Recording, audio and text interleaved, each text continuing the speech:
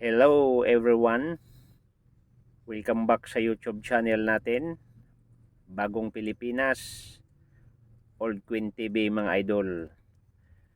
So mga idol, kung kayo ay baguhan pa lang sa aking YouTube channel, nais ko kayong anyayahan, manood, mag-subscribe, paki-like, at pakipindot ang notification bell para updated tayo sa ating mga ginagawang video tungkol sa mga lumang barya na sinaunang panahon mga idol. So bago tayo magpunta sa balyo ng baryang ito, ako ay nagpapasalamat sa lahat ng mga taga-subaybay sa aking YouTube channel.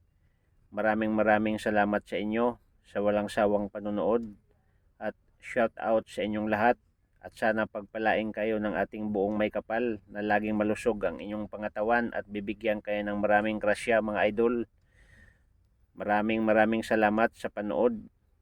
At ngayon mga idol, ang ating pag-uusapan, kung mayroon ka bang ganitong uri ng barya ngayon mga idol na sinaunang panahon 1930, no? So makikita natin sa taas mga idol, ang kanyang pangalan ay Liberty.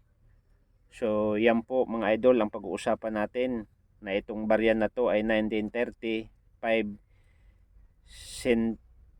Buffalo, Queens mga idol, United States of America. So ang ating pag-uusapan mga idol, kung itong barya na to ba ay mayroon bang halaga ngayon sa market. Kaya nga kung mayroon kang ganitong uri ng barya mga idol, so hanggat tumatagal, tumataas ang kanyang value, itago mo na mga idol. At kung medyo gipit ka, pwede mong ihanap ito ng buyer para mayroong bumibili nito mga idol. So mga idol, sa mga nagtatanong, lagi kong sinasabi, mayroong mga bumibili ng barya po, pero kailang malayo mga idol.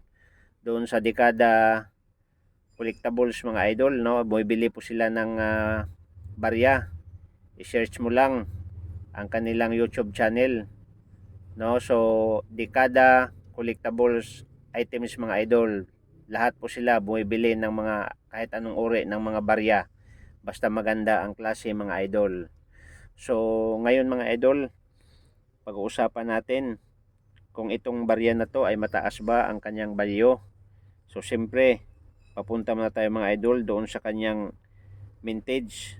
So ito mga idol, ang 1930 Buffalo Queens mga idol,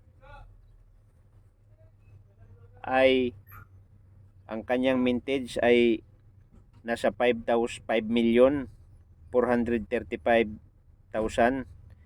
At yung isang mintage ng mga idol ng no mid mark, 22,849,000. Yan po ang kanyang mintage mga idol, para hindi tayo malilito, no. So ang kanyang timbang o weight mga idol ay 5.00 grams, at ang kanyang diameter mga idol ay 21.2 mm, at ang kanyang metal composition mga idol ay 75% copper and silver and nickels mga idol. So ibig sabihin mga idol, itong baryang ito mga idol ay mataas na rin po ang kanyang value, dahil dito mga idol, may bumibili nito mga idol dito sa Pilipinas. Dito sa Pinas mga idol ay bumibili ng 1,323, at bumibili nito mga idol, kung maganda ang klase ang inyong barya, ay bibilhin ng 4,411. So yan po mga idol ang halaga sa baryang ito. Sa ibang bansa, so dollars ang pinag-uusapan mga idol, baka malula kayo. So Philippine money lang ang pinag-uusapan natin ngayon mga idol. So sana mga idol, nagustuhan ninyo ang aking video, at sana huwag kayong magsawa sa pagsuporta sa aking YouTube channel, Bagong Pilipinas, Old Queen TV. So thank you so much and welcome. See you the next video mga idol.